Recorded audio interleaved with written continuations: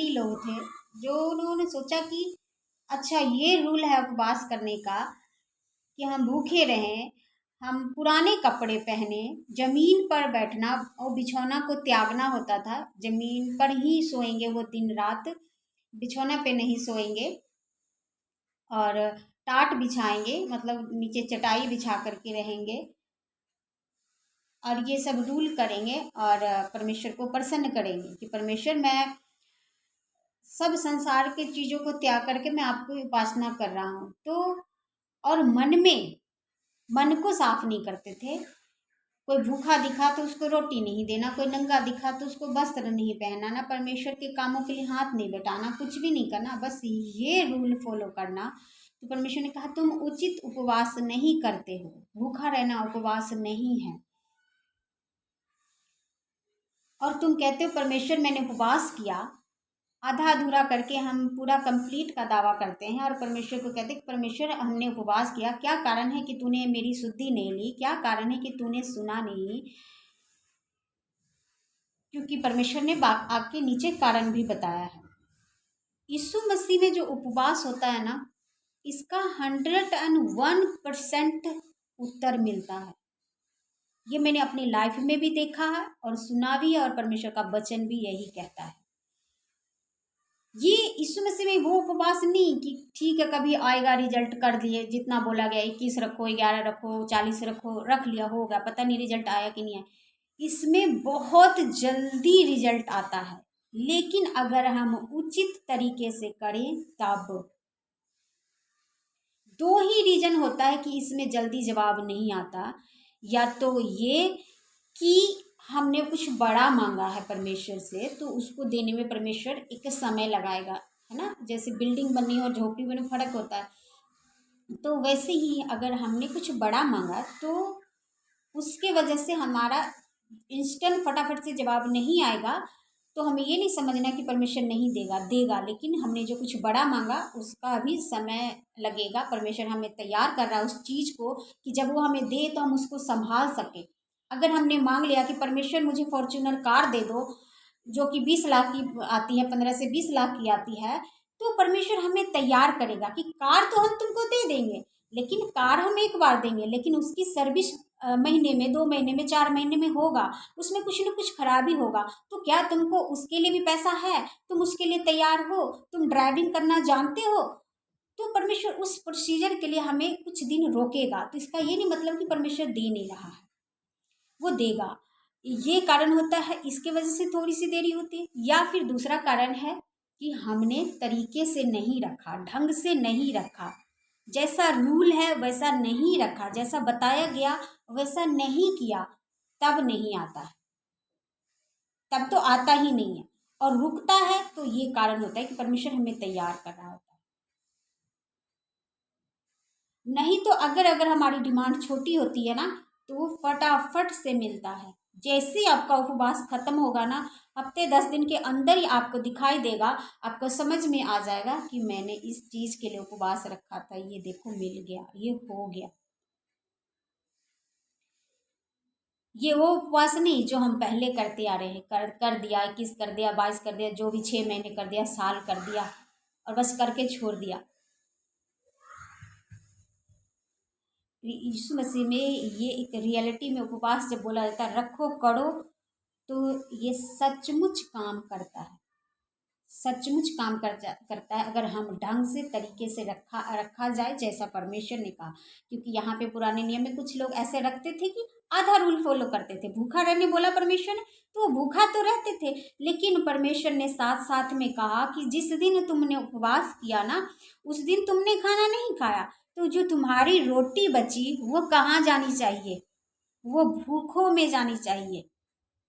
अगर तुम रोटी नहीं दे रहे हो तो उसके लिए अगर खाना ही नहीं हमने घर में बनाया कि चलो हमने उपवास रखा है तो खाना हम मेरे हिस्से का मत बनाना, तो चलो हम ऐसा भी कर सकते हैं। लेकिन अगर हमने ईमानदारी से कि चलो हम 30, 50, 60 रुपए की रोटी एक टाइम में खाते हैं, तो हम उस रकम को निकाल दें, परमेश्वर के भवन में दे दें, क्योंकि वहाँ पे इकट्ठा किया जाएगा ऐसे लोगों को डोनेट करने के लिए।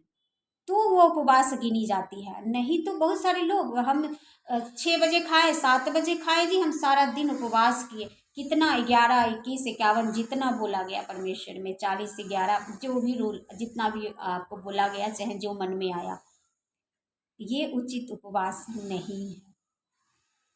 अगर हम खाली भूखा रह के 5 बजे खाना खा रहे हैं और बोल रहे हैं प्रभु हमने 40 रखा, हमने 50 रखा, हम काउंटिंग पूरा कर रहे हैं, रख पूरा रहे, भूखे भी रह रहे हैं, रूल फॉलो कर रहे हैं, लेकिन आधा अधूरा, इसका रिजल्ट नहीं आएगा। ये हमारा मेहनत मिट्टी में चला जाएगा। परमेश्वर यहाँ इसकी शुद्धि नहीं लेगा। परमेश्वर जो पूरी तरह से उपवास कर रहा है, संपूर्ण उपवास कर रहा है, उसकी शुद्धि लेगा। तेरा प्रकाश को फटने के समान चमकेगा और तू शीघ्र चंगा हो जाएगा। तब तुम्हें सिर रखाने की कि मेरे लिए प्रार्थना कर दो, मेरे लिए ये कर दो, मेरे लिए वो कर दो, करने की जरूरत नहीं पड़ेगी। तुम्हें हजारों बार भजन संहिता 91, 51 पढ़ने की जरूरत भी नहीं पड़ेगी। हम सोचेंगे खाली हम 91 रोज पढ़ रहे हैं तो हम भक्ति कर रहे हैं।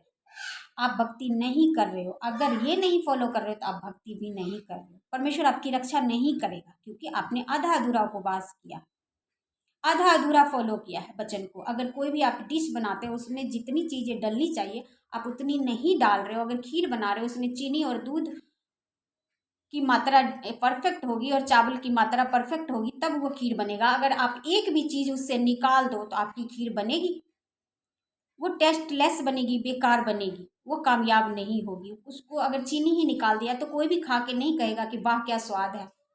अगर हमने उससे चावल ही निकाल दिया तो कोई भी नहीं कहेगा कि वाह क्या स्वाद है। वैसे ही परमेश्वर, तब हमें वो स्वाद नहीं आता, तब लोग पीछे हटते हैं यीशु मसीह में बढ़ने से, या कहते ये भी वैसा ही है जैसा हम पहले थे वैसे ही है, इसमें कुछ नया इंटरेस्ट नहीं आ पाता उनको, क्योंकि नया कुछ दिखता नहीं, नया कुछ मिलता नहीं है, तो वो एवरेज चलते हैं या पीछे मुड़ जाते हैं। लेकिन अगर परफेक्ट तरीके से चला जाए तो यीशु मसीह आपको ज़मीन से ऊपर ले जाने में देरी नहीं लगाता है। बहुत सारे लोगों ने ग्रहण किया है और इस चीज़ का स्वाद चखा है और ज़मीन से ऊपर जा कर के देखें अपने लाइफ को कि क्या ही जीवन होता है जब हम ज़मीन से ऊपर उठ जाते हैं, गरीबी से ऊपर उठ जाते हैं, बीमारी से ऊपर उठ जाते हैं, परेशानी से ऊपर उठ जाते हैं, चिंता से ऊपर उठ जाते हैं। तब जीने का एक अलग ही स्वाद होता है, क्योंकि वो उसमें अब शांति मिल जाती है, पीस मिल जाता है, आनंद मिल जाता है। तो हमें उचित उपवास रखना है। और इस चीज़ को आप फिर से रिपीट पढ़ें, क्योंकि आप सबसे जो डोनेशन मांगा जाता है, मैंने पिछले संडे भी कहा कि इकट्ठा किया जा रहा है। अगर आप दान करते हो वो भी बेस्ट है, लेकिन अगर देखो कि एक इंसान भूखा है और आप उसको 10 रुपये की रोटी खिला रहे हो, लेकिन अगर ग्रुप में आप 10-10 रुपये दे रहे हो, अगर 10 मेंबर भी हो तो 100 रुपया, तो 100 रुपये में कितने सारे लोगों को एक साथ खाना खिलाया जा सकता है।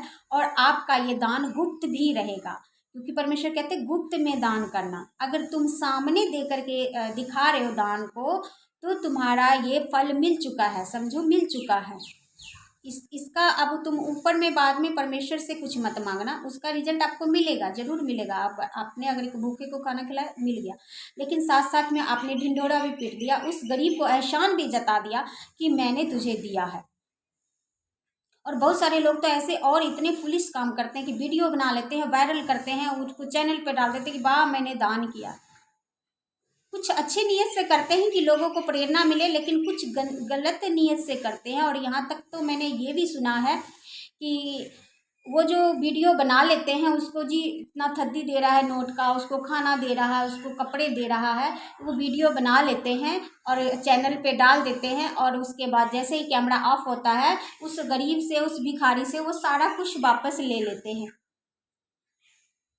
कहते वीडियो तो बन ही गया, मैंने दिखावा कर लिया, अब वो तू सारा कुछ दे दे, तुझे मैंने नकली दिया था, असली नहीं दिया था।